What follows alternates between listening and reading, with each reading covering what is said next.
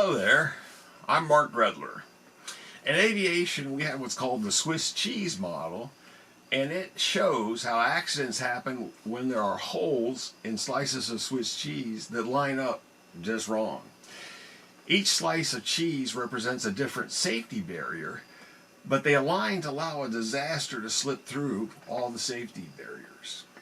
I would like to share how reverse of this model demonstrates a miracle that allowed me to save my son's life. I lived in Madrid for 10 years, constantly traveling for work. But one day, the only day in the whole 10 years that I came home early from work, I walked down into our salon, something I rarely did. I looked out the window. Through the trees, I saw that the gate to the fence around the pool was open. I ran downstairs and outside, and I found my 3-year-old son, Matt, floating face down, motionless in the pool. I pulled him out quickly and turned him over, and his face was not blue, his lips were not blue, and he started breathing on his own. He didn't even cough up any water. Later, a friend told me that this meant that I had arrived within a narrow 20-second window for me to be able to pull him out, and he had not even taken in any water. All those holes aligned perfectly, but not for tragedy, for a miracle. Now this diagram from Juan Brown of the Blanco Lirio YouTube channel, this shows the Swiss cheese model in what he calls the error management system.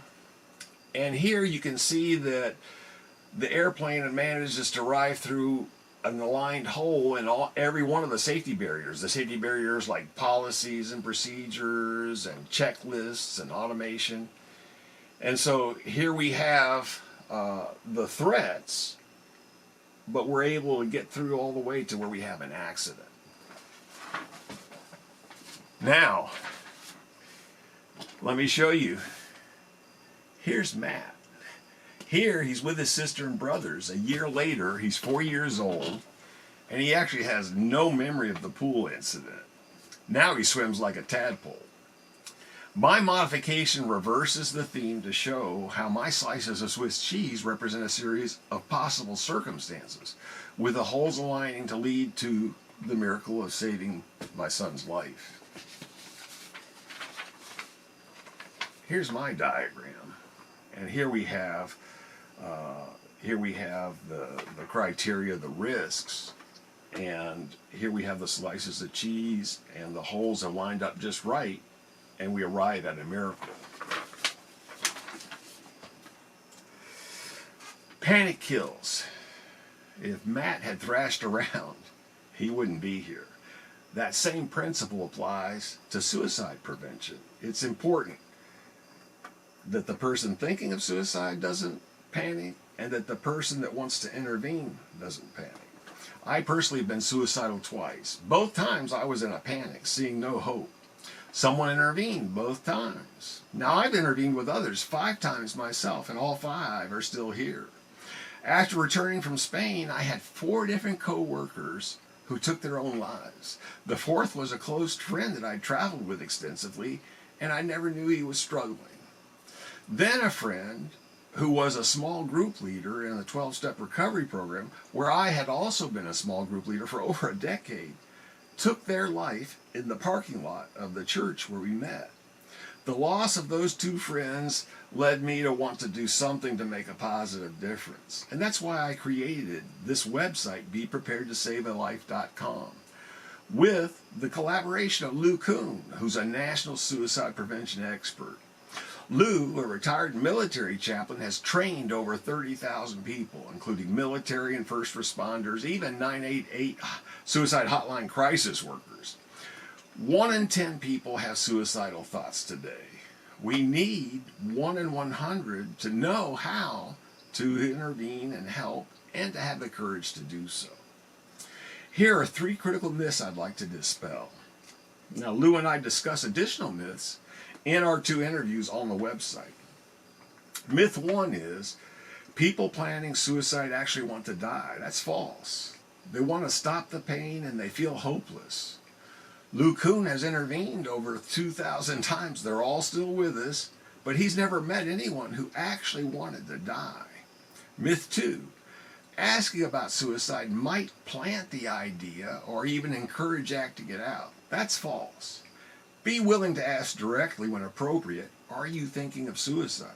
Not, are you thinking of harming yourself? Those are two different things. You need the courage to ask, and courage is not the absence of fear. It's taking action even though there is fear. Now, myth 3 is that suicides peak during the holidays, and that's false as well. April, May, and June have the highest rates in most states. We respond immediately to physical emergencies. CPR, Heimlich maneuver, drowning. We take action when we see the need and have the ability. Why is mental health different? Why the stigma? I didn't hesitate when my toddler was drowning, but please, don't you hesitate when someone is drowning emotionally. I have one more Swiss cheese model. Here, the slices represent possible clues with the holes lining up to allow getting through hopelessness, feeling isolated, having a changed routine, having made a plan to carry it out, having the means to carry the plan out. But here we have a solid green slice. There are no holes. This is a barrier to suicide, and you can be that barrier. The earlier that barrier is placed, the better. The barrier is formed by being willing to listen and to discuss without judgment, and being courageous to ask the question when appropriate. Now, all three Swiss cheese diagrams and other examples of panic, as well as how to address and prevent panic, those are all on the Panic Kills page of the BePreparedToSaveALife.com website.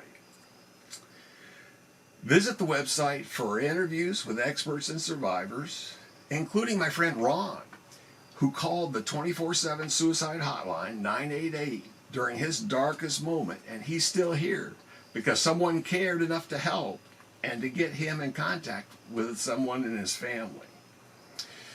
You could be that 1 in 100 who saves a life. So please share this message, this short video, and the website, BePreparedToSaveALife.com. Thanks.